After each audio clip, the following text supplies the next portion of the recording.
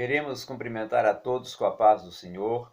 Estamos iniciando mais um momento juntos aqui, mais um vídeo, mais uma transmissão no canal Compartilhando Saberes Teológicos. Mas antes de que estejamos abordando o assunto de hoje, queremos te pedir para inscrever-se no canal. Se inscreva aí no canal, dê sua curtida e também, claro, compartilhe o vídeo. Nós hoje vamos falar sobre o termo logos, pensar um pouco sobre o termo logos.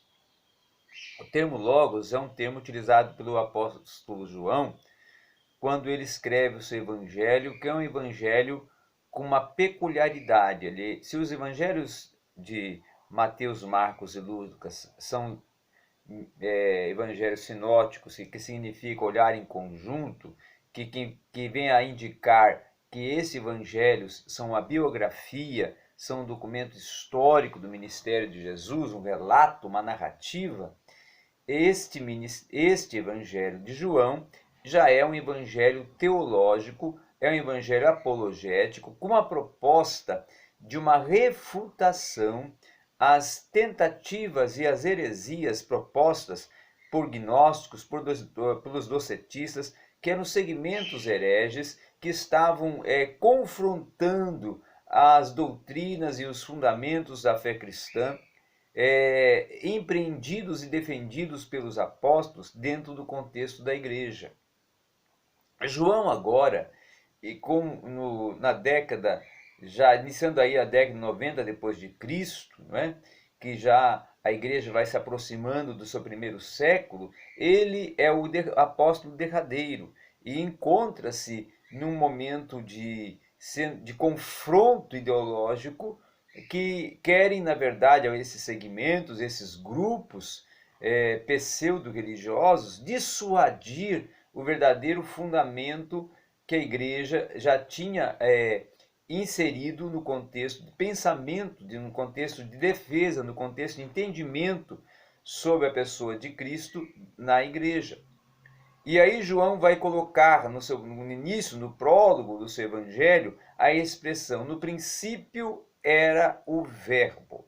Esse termo verbo, que é logos, ele quer indicar uma série de, vamos dizer assim, indicações, uma série de manifestações, uma série de posições e de pressuposições também.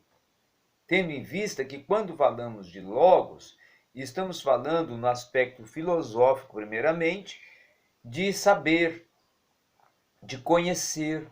Por quê? Porque logos é razão, porque logos é expressão da vocabular ou verbal, que seria a palavra.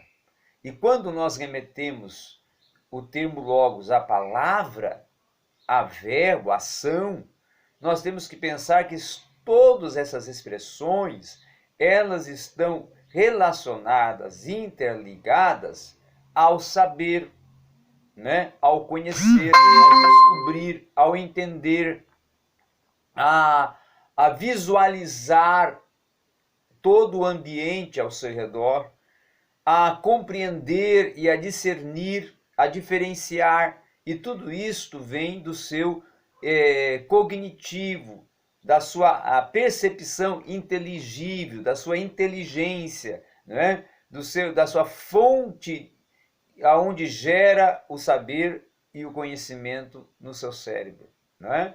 Aí o que ocorre é que ele está dizendo: olha, o Senhor, Cristo, como verbo, Cristo como logos, ele era a sabedoria, ele era o conhecimento, ele era a mente que arquiteta, que cria, que produz, que faz surgir, né, ex nihilo, faz surgir no princípio, aonde nada existia, onde era o caos, o universo, a terra, o homem, tudo o que nela existe.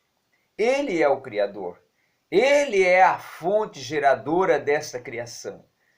E aí, o sábio Salomão, lá em Provérbios, né, capítulo 8, versículos 22 a 32, vai dizer que a sabedoria, ela estava no princípio, estava na criação, Então, ele está indicando, Salomão, que Cristo era a sabedoria personificada. Então, quando João utiliza o termo logos, é a mesma coisa que dizendo, olha, ele é a sabedoria personificada.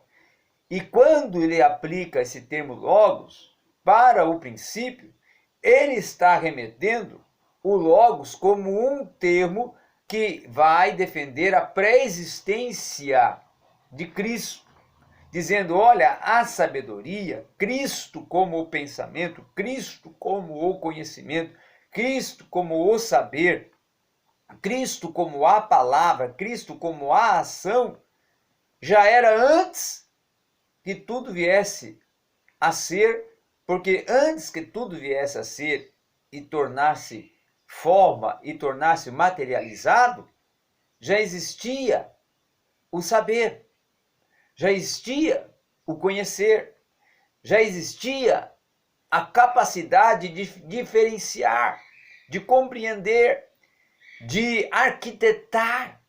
E esta estava nele, que é a sabedoria, que é o conhecimento, que é o saber, o conhecer, o diferenciar, o discernir, o descortinar, o explicitar,